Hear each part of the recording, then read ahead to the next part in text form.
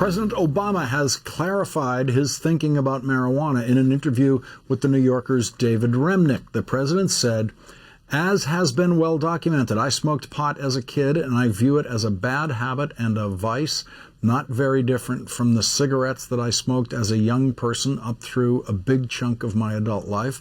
I don't think it is more dangerous than alcohol." When asked if marijuana is less dangerous, when pressed on that point, less dangerous than alcohol, the president allowed the obvious, that it is less dangerous. In terms of its impact on the individual consumer, it's not something I encourage, and I've told my daughters, I think it's a bad idea, a waste of time, not very healthy. As for the legalization of marijuana in Colorado and Washington, the president said it's important for it to go forward because it's important for society not to have a situation in which a large portion of people have at one time or another broken the law and only a select few get punished. Joining me now is MSNBC's Ronan Farrow. Ronan, it's an extraordinary statement from the president, speaking as a father, speaking as when he was a kid, someone who smoked pot himself. I don't think we've ever heard, definitely have never heard anything like this at the presidential level. That is the case, but I'd also caution the president is very much in these statements, if you look at the numbers, reflecting where the debate is already headed rather than leading it in a new direction.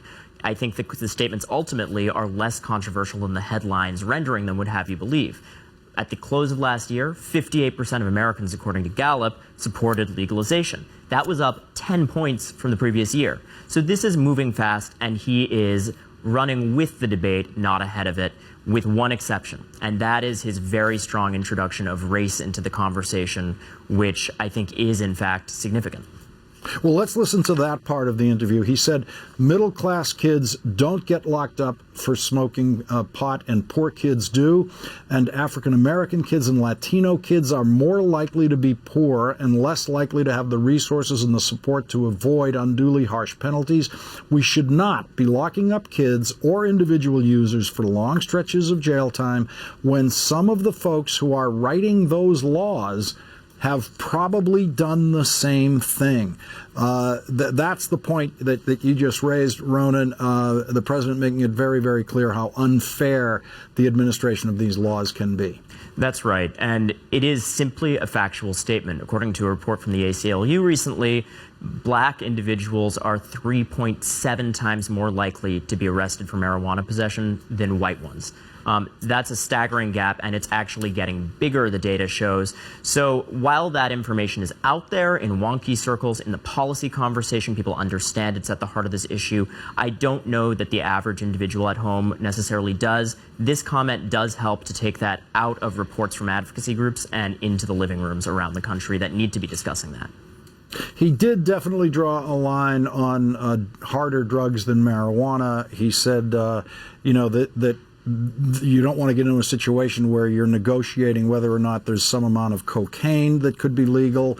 Do we want to really open that up? He said we've got a finely calibrated dose of meth. It isn't going to kill you or rot your teeth. Are we okay with that? He got some interesting thought-provoking questions about once you legalize marijuana, does that logic apply then to small amounts of more dangerous drugs? Well, look, he's certainly being rational there. It's important to say in any conversation about this that there are costs associated with the regulation of marijuana. If we see a widespread trend of legalization, there are health risks. He's acknowledging that. I think he's doing it in a particularly vivid way. I think that comment is more rhetorical than actually indicating that he has a substantial fear of a sudden legalization of certain quantities of cocaine.